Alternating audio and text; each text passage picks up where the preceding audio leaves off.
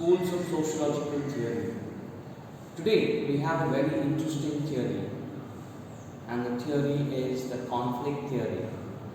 And we shall be trying to understand about the conflict theory.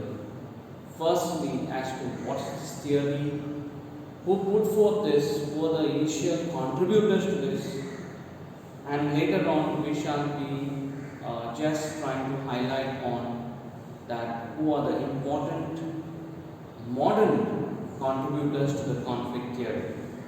So with this, I hope you will make the best out of this today. So as you see here, we have conflict theory, and we shall be moving towards understanding that the conflict theory is not synonymous with Marxism, but nevertheless Marxism has contributed immensely towards the conflict theory, and it is mainly because of Karl Marx. So rightfully so, Karl Marx can be said to be the founder of the conflict theory, and Karl Marx laid the foundation to the conflict perspective.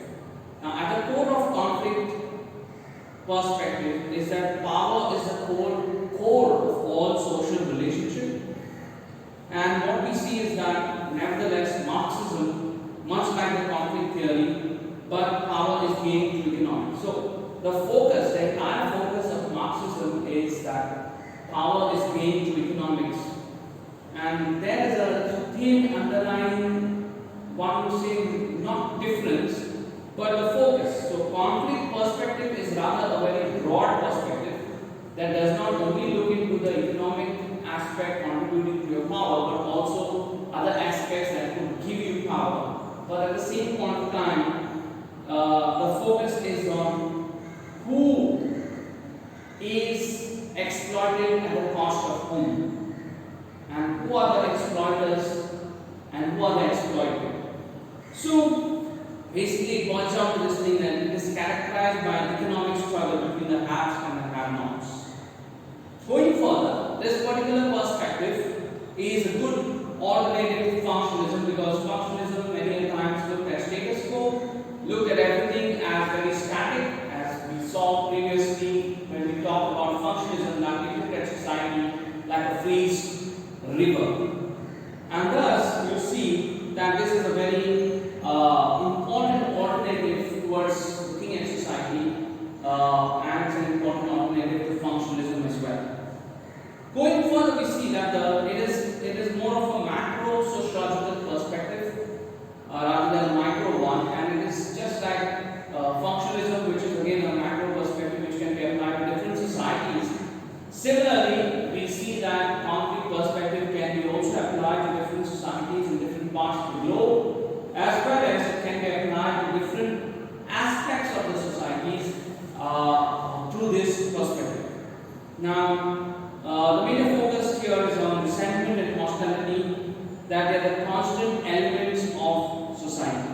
So, when we talk about resentment, one cannot deny that resentment and hostility is not there in society. It is a part and parcel, and conflict perspective specifically takes this into account to understand that how are things in society. Conflict perspective also presents that there are power differences among social classes, and there are special interest groups that fight over scarce resources of society.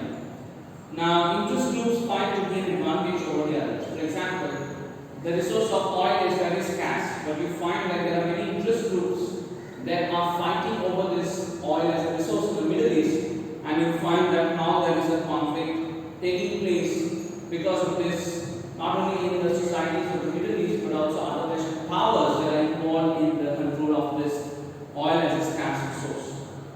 Going further, we see that competition puts society of balance until dominant group gains control and stability through power. So the second focus is this.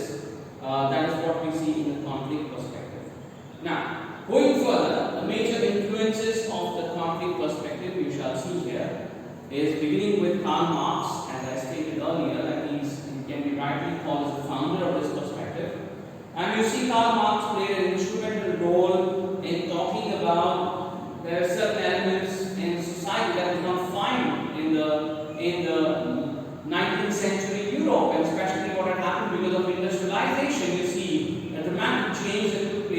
the means of production, the forces of production, and people who control these means of production. And as a result, the transformation of society from an agricultural to an industrial society contributed to a dramatic change in the way the society functioned. And as a result, that is something wrong, because you see that the type of system that was prevalent at that point of time was capitalism.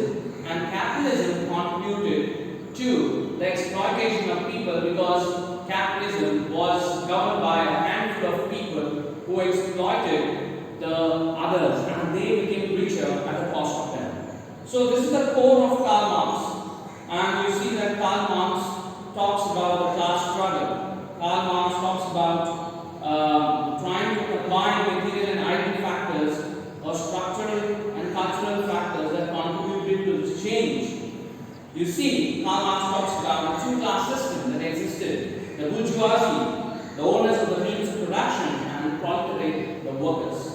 So, this is what is central. I am not going into detail of this because we have already dealt with this in the semester 5. Looking forward, we see that there are class differences. There is a lot to do with the possession of personal property.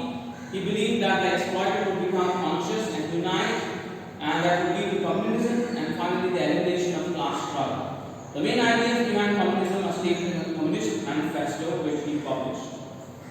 We also find some unusual figure here in the form of Max Weber, who is actually a great, critic of Karl Marx indirectly, but he finds his way into some contribution towards the conflict theory because of his writings, specifically when he talks about his writings on status, on power, on authority. On these writings, you find that he does make certain contributions towards the clarity of these concepts, which are very central in the conflict perspective. So we see that according to Max Weber, he believes there are two other factors apart from economic factors, because as you see, Karl Marx only talks about the economic factors that lead to the power dynamics in the society. But according to Weber, he also speaks about social prestige, that is status, which you get sometimes even if you are not poor, but still you might have a social prestige. The example is Mother Teresa here. And political influence, example, a politician who has great power but does not earn a big salary. Again, this is something different from what Karl Marx would be speaking of, mainly because he speaks about in terms of the capitalists or the people who own the means of production. So these two groups specifically here do not own any means of production, and that is why you find that this is a great contribution of Max Weber, and they found a way into this particular perspective, especially because of the conceptual clarity that we find in this. So Max Weber again contributes to what we find, that the ability of somebody, he talks about power, and he finds that it's the ability to impose one's will on the another. Okay, and this is a very important clarity he provides of power, again in terms of authority, where he says that legitimate power is used to consent over the rule, and he also speaks about that how the distribution of power and authority is equal to the basis of social conflict. Okay, so these are some important contributions made by Max Weber, which have been incorporated into the conflict theory.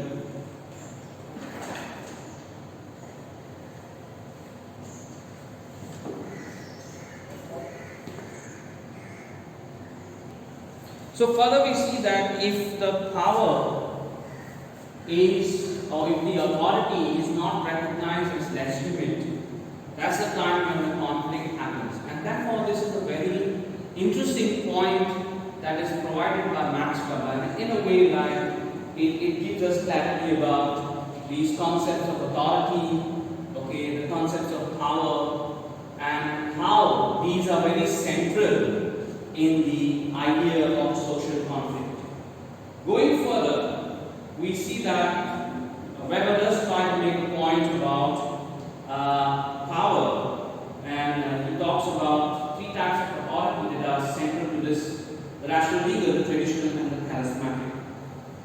Going further, we also have an important contribution in the form of George Simmel, and who wanted to develop a mathematics of society, that is, collection of statements about human relationship and social behavior.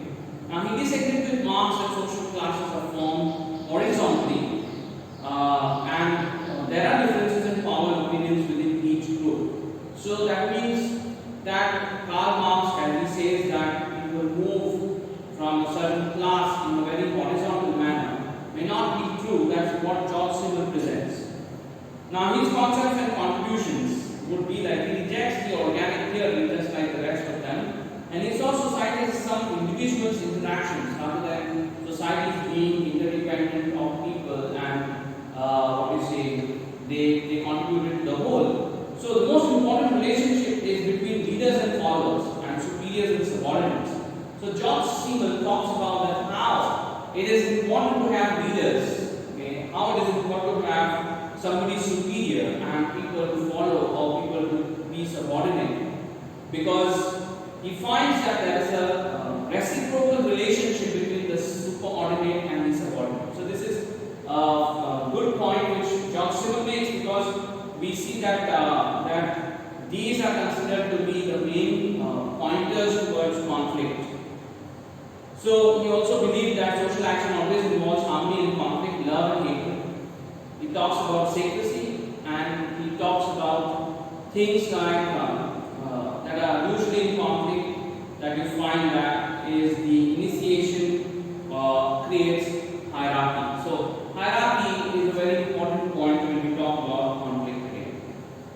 Coming to last, the modern conflict theory, okay, is built upon the works of Marx, Weber and Simmel, and it came through especially to the works in 1950s to two German sociologists by name Louis Kozel and Ralph Dahrendorf.